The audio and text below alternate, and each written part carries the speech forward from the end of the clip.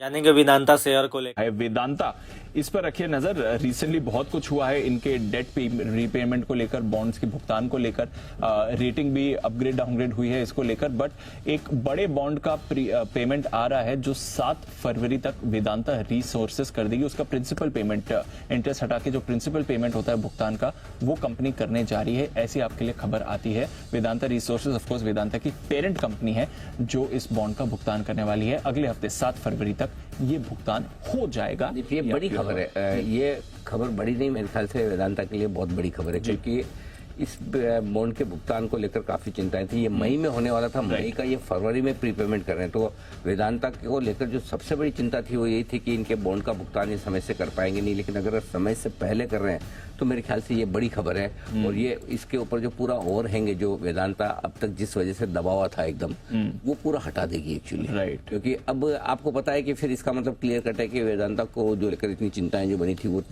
मुश्किल में नहीं है।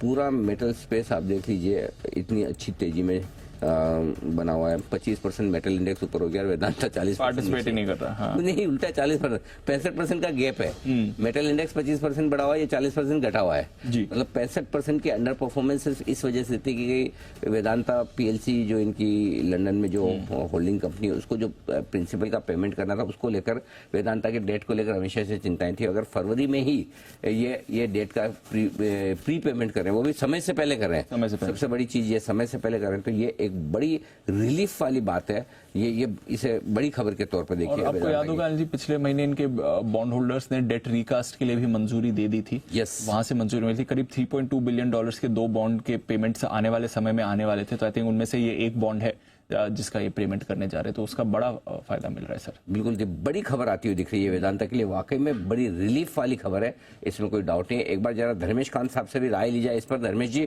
जो खबर आ रही है वेदांता पीएलसी जो इनकी, ओ धर्मेश जी नहीं है, कोई बात नहीं, तो हम जरा एक बार राय ले लेते हैं चार्ट्स पर। सचिन जी जरा चार्ट देखिए वेदांता के 278 के आसपास ट्रेड करते हुए।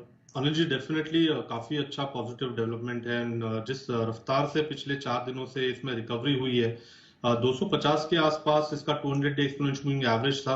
वहां पे एक बुलिश रिवर्सल फॉर्मेशन था, और उसके बाद की रफ्तार मिली है। तो मुझे लग रहा है 300-320 का जो एक दायरा था इसके हिस्टोरिकल प्राइसेस में, आई थिंक वहां पर जाके ये स्टॉक थमेगा। तो यहाँ पर डेफिनेटली किसी की अगर लॉन्ग पोजीशन है तो होल्ड करने की ही सलाह होगी।